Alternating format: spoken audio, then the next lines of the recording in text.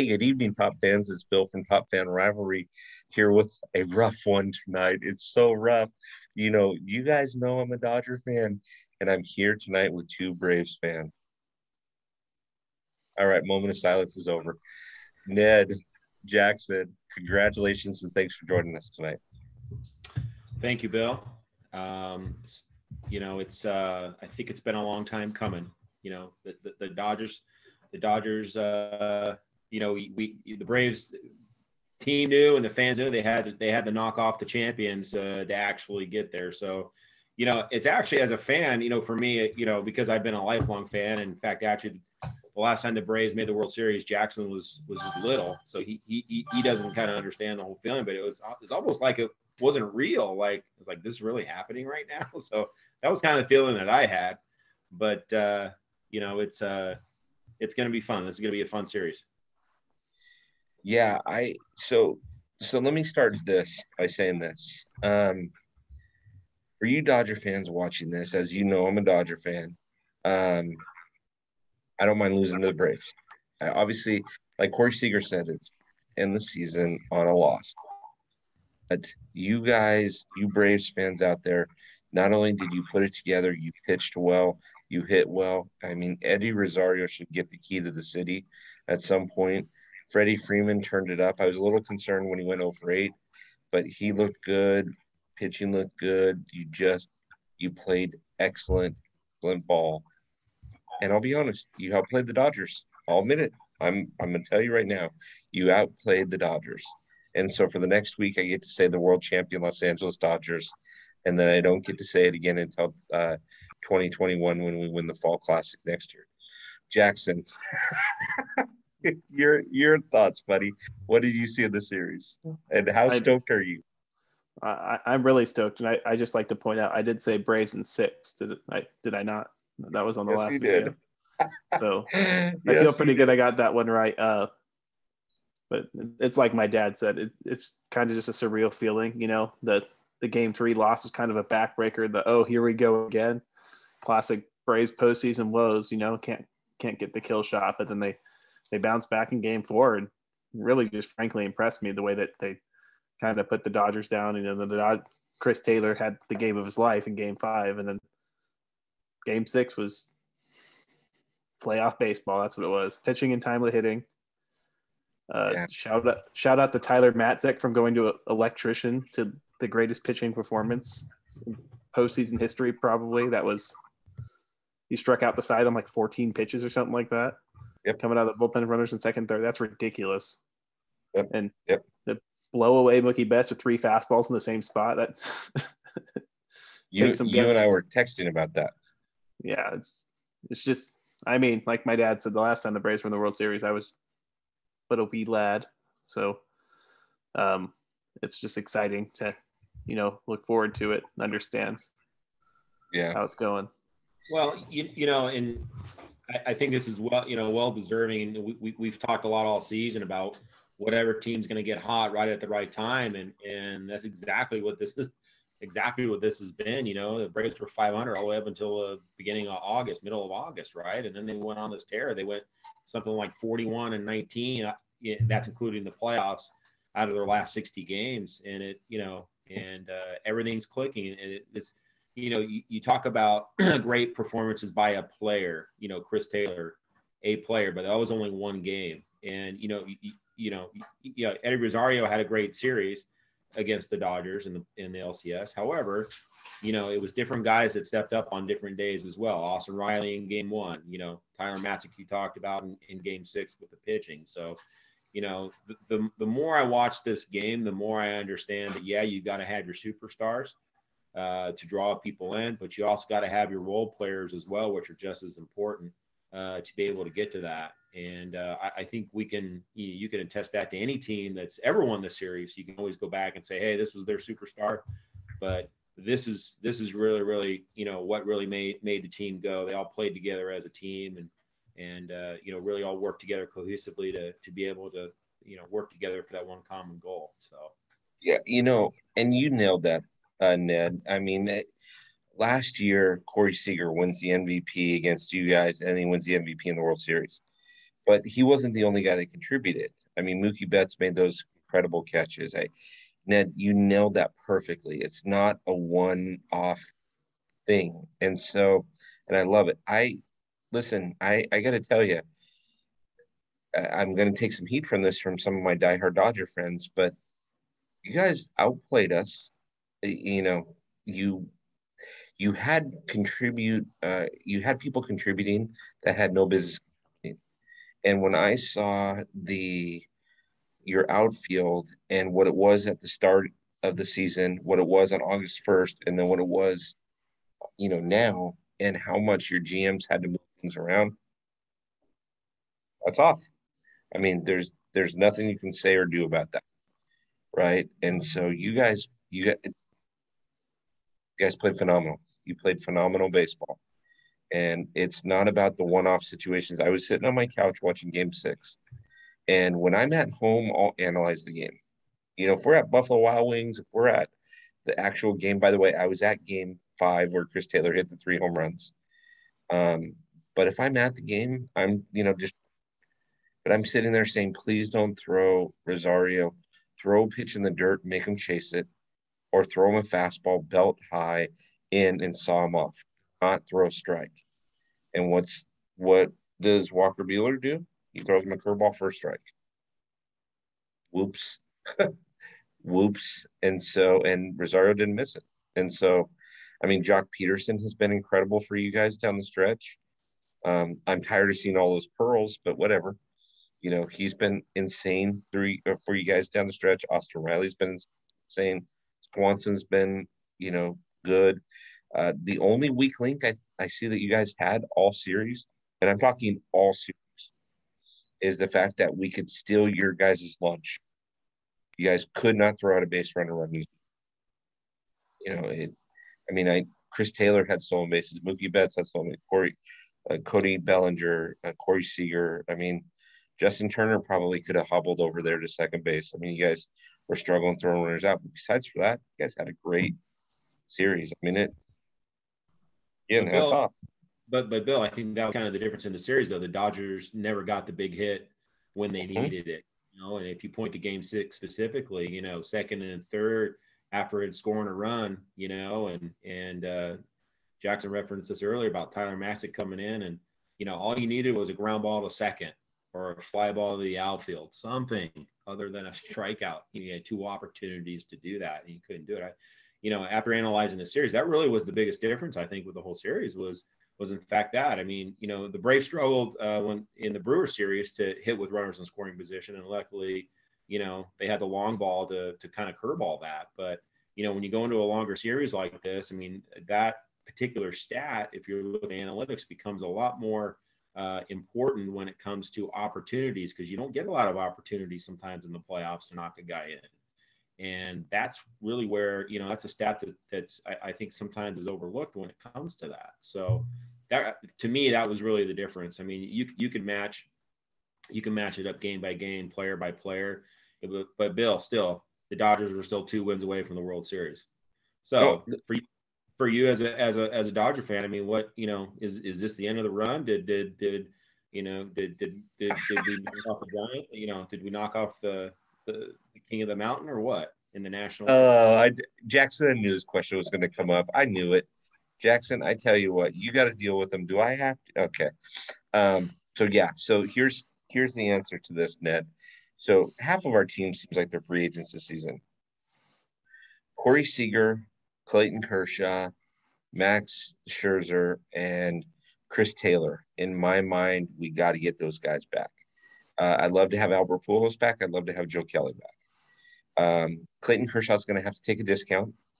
Obviously, he's older now, and he's not performing. I mean, he's been out too long. Chris Taylor, I think, is key. We got to get him back. And Corey Seager made a very, very interesting comment on a interview the day after. So, on Sunday, he made the comment. Somebody asked him, what do you think? And he says, I want to stay in LA.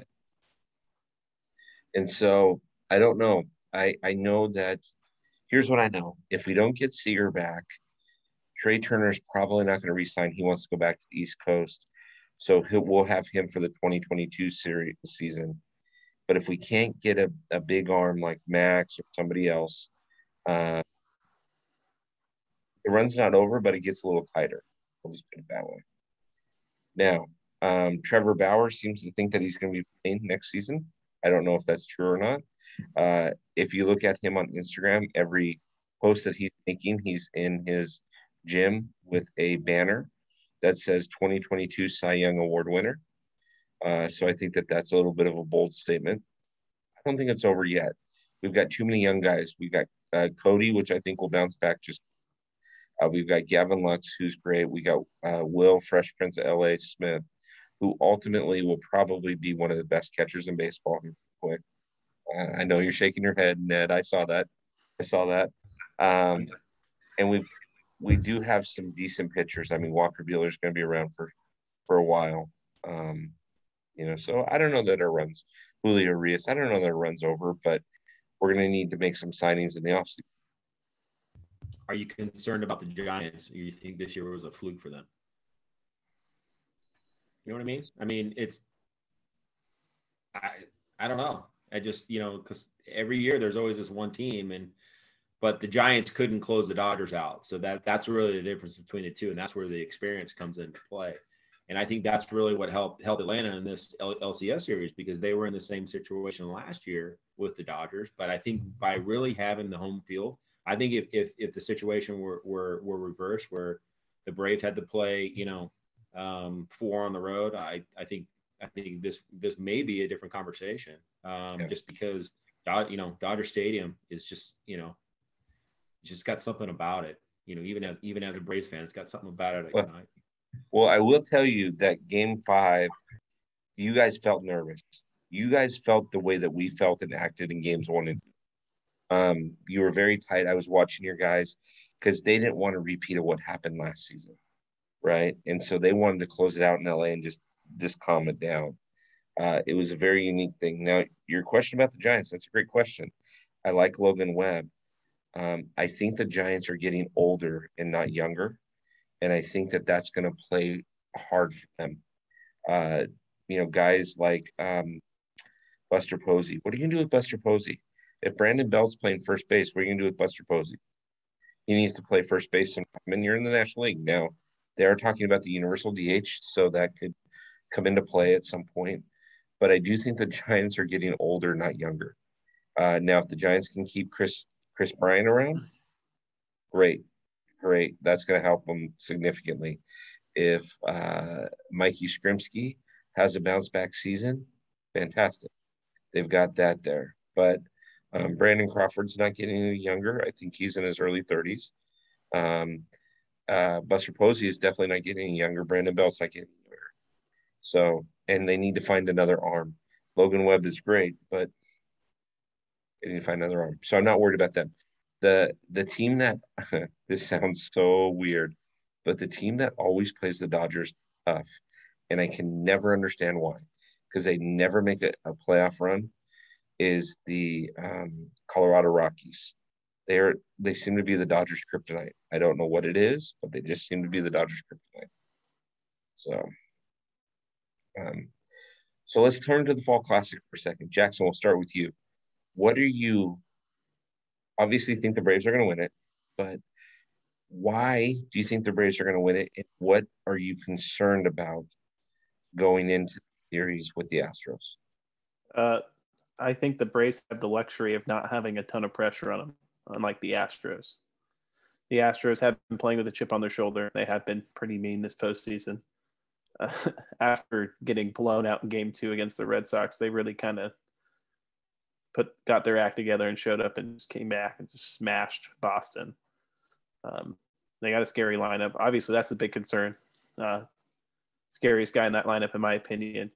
ESPN says it's Carlos Correa. I strongly disagree and say it's Yordan Alvarez, because that guy is an absolute monster. So that's the thing to watch. But the Braves have the luxury of, they got over the hump. They're in the World Series. This is kind of, they've over exceeded their expectation, per se, of the general public, as they have all year. But I think they'll be loose, and I think they'll be ready, because they're the underdog again, and that's where they like to be. So are you concerned that they don't have home field? It's hard to win in Houston. They make a lot of noise over there. I mean, it is a small concern, but I think having Charlie Morton pitch game 1 on the road is going to help. Familiar ballpark, familiar foe.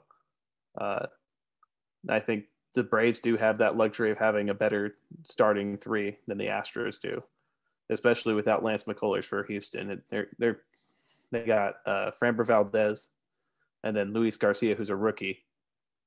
They're really kind of the crux of that pitching staff, and then maybe Zach Greinke will make a cameo appearance. I don't know how they're going to line up their rotation. They just got his little swing in his arms drives me nuts. And I just think Houston's bullpen put in a lot of work in the last series, and it's tough. You play a 6-game series and you throw that many innings with a bullpen, so it'll be interesting to see. And you saw as the series went on against the Dodgers, the Braves hit the Dodgers bullpen better and better every night. As soon as they started seeing guys 3-4 times, like Game 6, Vesia walked 3 straight batters, 2 of them being lefties because Freeman and Rosario had already seen him 4 times. They knew what the layoff, knew what they were looking for. So it's going to be one of those series where whichever team adjusts the best will win the series. But what are you most concerned about in this series? Like I said, Yordan Alvarez. He is, I think, what makes the Astros go. Okay. You could argue Carlos Correa is. Altuve is not having that great of a postseason. Bregman's been a little subpar, but Yordan Alvarez is kind of that big lefty bat that breaks up all their righties, and he's just an all-around hitter. If you look at that guy's spray chart, he is one of the good hitters in the game. Probably the most underrated hitter in baseball. Put it past Tucker. That guy can hit too. That guy can hit as well. And I think, and nobody pays attention to him because he's down in the order. Yeah, I mean, those are probably the 2 guys I'm most scared of on the Braves pitching staff. But luckily, the Braves have the strength of their bullpen is the left-handed arm. Please tell me both of you will be home by 7:30 Eastern and 4:30 to watch the game. Tomorrow, I will. Is there a game tomorrow? Yes. Ouch. This guy. It's actually like a national holiday for me. That's what I'm going to tell my assistants is, hey, this is a national holiday for me. So I got to leave a little bit early to go prepare for that. So. Yeah. Shout out to MLB for starting the game at 8:00 Eastern time, both tomorrow night and Wednesday night, so I can watch the game. 7:30. 7:30. Is it 7:30? I heard it was 8:00. Yeah, 7:30. Shut up. So as he's looking that up, Ned. It says 8:09 Eastern time. Oh, does it? Yeah. 8:09. Okay. So Ned, what are you most concerned about? Where do you think the Braves are going to play well? Where are their strengths, and what are you most concerned about? Well, this is an interesting series.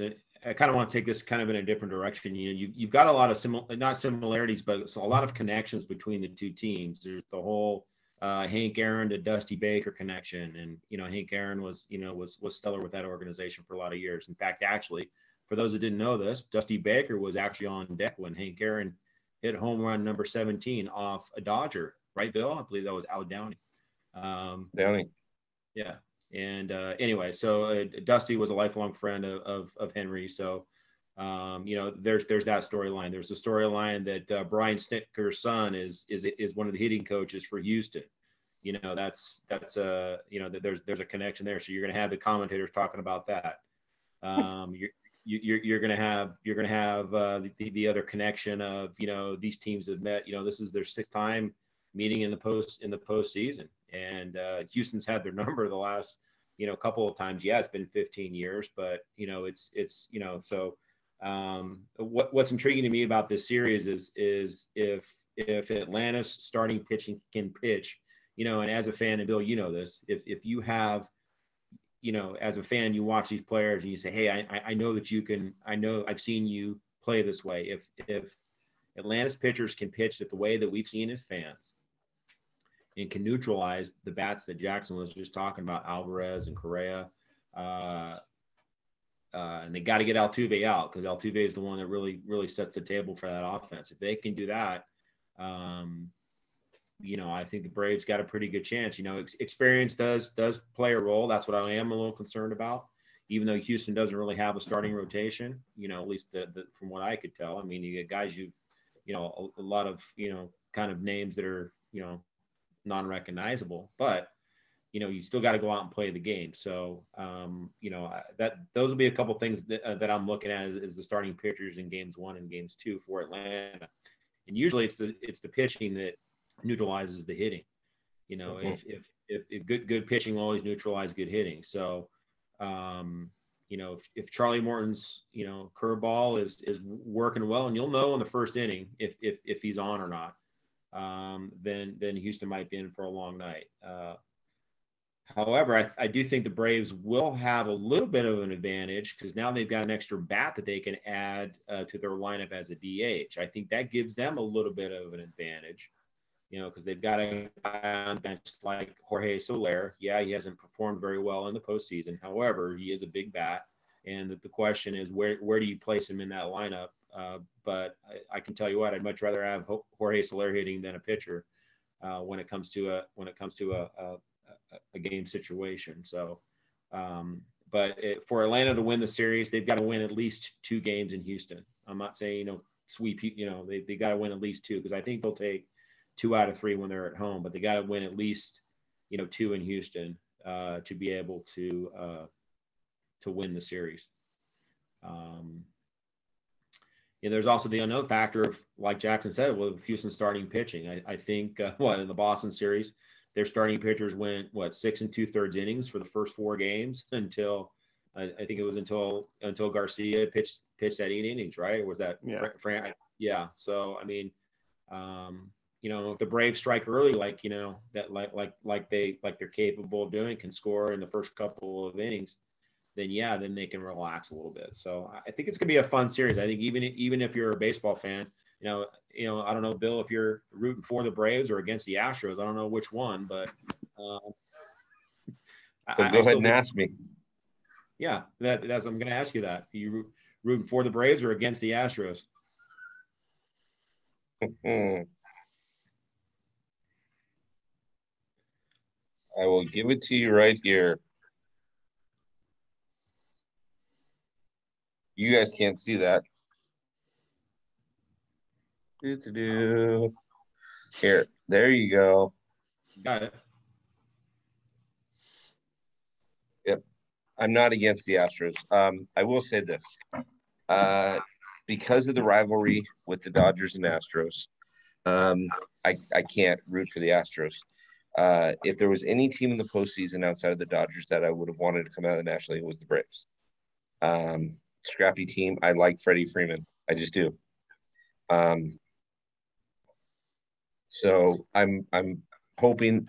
I would love, not for your guys as cardiologists, I don't want this, but I'd love to see it go 7 just to get some more baseball in. Unfortunately, I don't think it's going to go 7. I think it's going to go 5, and I think you guys are going to get it in 5. I think you guys are actually going to get it in at home. And so, but last question for you here before we do a roundup. What do you guys think about November baseball? It doesn't matter in the South all that much, right? But Game 7's on November 3rd. I was just looking it up. Game 7's on November 3rd. What do you guys think about that? Does that bother you at all? No. I mean, it gets cold, but I don't want to see the World Series in New York and Boston anyway. So if they get it there, they deserve it for playing outside in November. How cold it is. Being up here in Pennsylvania, the temperatures drop quite dramatically. They're saying this is the last week of fall. So how about if it's like Minnesota against Colorado? Playing a snowstorm, I guess. It's gonna be the snow series. You break out the highlighter baseballs, like the slow pitch softball league. You break those out. Awesome. Well, boys, I'm gonna give you around the horn in 60 seconds. Tell me just tell me your first reaction when you saw that last out, and then tell me how you're feeling now. I mean, it starts tomorrow. Ned, we'll start with you. 60 seconds. Well, being a lifelong Braves fan, growing up in the South and watching this organization from the early '80s, or actually the late '70s and early '80s when they were really bad, and then seeing it now, almost 40 years later. I mean, I think it's a satisfied feeling, and I think as a fan, I think you're happy for it, and you just want to see your team do well. Like you said before, you want it to be a series, even if they don't win, you still want it to be a series. But I just think the Braves are a hotter team right now, and they're playing better as a team. So they're kind of my prediction. I don't think they're going to get it at home. I think they'll end up winning in 6 games. Like I said, they got to win at least 2 in Houston. That's my prediction. Like I said, you just want it to be a good series. Yeah. Well, Jackson. I too also think Braves in 6. I just don't think Houston has the starting pitching length to compete. It all comes down to the pitching, and it's you can't have your bullpen go out and piece together 5-6 innings every night. It's I mean, it can work for some games, but it's just too many arms with how baseball's played today. You're counting on too many guys to have their best stuff, especially with the 3 batter minimum. You can get into trouble real quick. But just thoughts, feelings. I thought, Will Smith picked a good time of the year to figure out how to close a ball game. Just back-to-back dominant strikeouts and getting a nice ground out the end of the game. Of course, it was hard contact because it's all part of the Will Smith experience, but we're just here along for the ride. Great feeling. It was fun to see Freddie Freeman. Catch it. He threw the baseball. He threw his glove with the baseball in it, and I saw the look of regret immediately on his face because he wanted that baseball. But it just felt good to beat the Dodgers in the postseason for once after a decade of disappointment. Listen, I can't be happier that it's you guys. So 1, I think you guys are a great team. 2, I don't want to pay for my cardiologist if we kept playing because this has been an incredible offseason. 3, we knocked out the Giants. So is there anything better as a Dodger fan besides for winning the series than knocking out the Giants? I mean, come on. That's like you guys knocking out Philly or New York, right? The Mets. Top fans. My friends Ned and Jackson have been on. They are huge Braves fans, and they are playing in the World Series. It's such a great feeling. I remember that feeling last season. Feel free to like this. Feel free to send it to friends. We appreciate any comments. We welcome any comments. Jackson, thank you for being on. Ned, thank you for being on. I wish you guys the best in the series. This is going to be fun.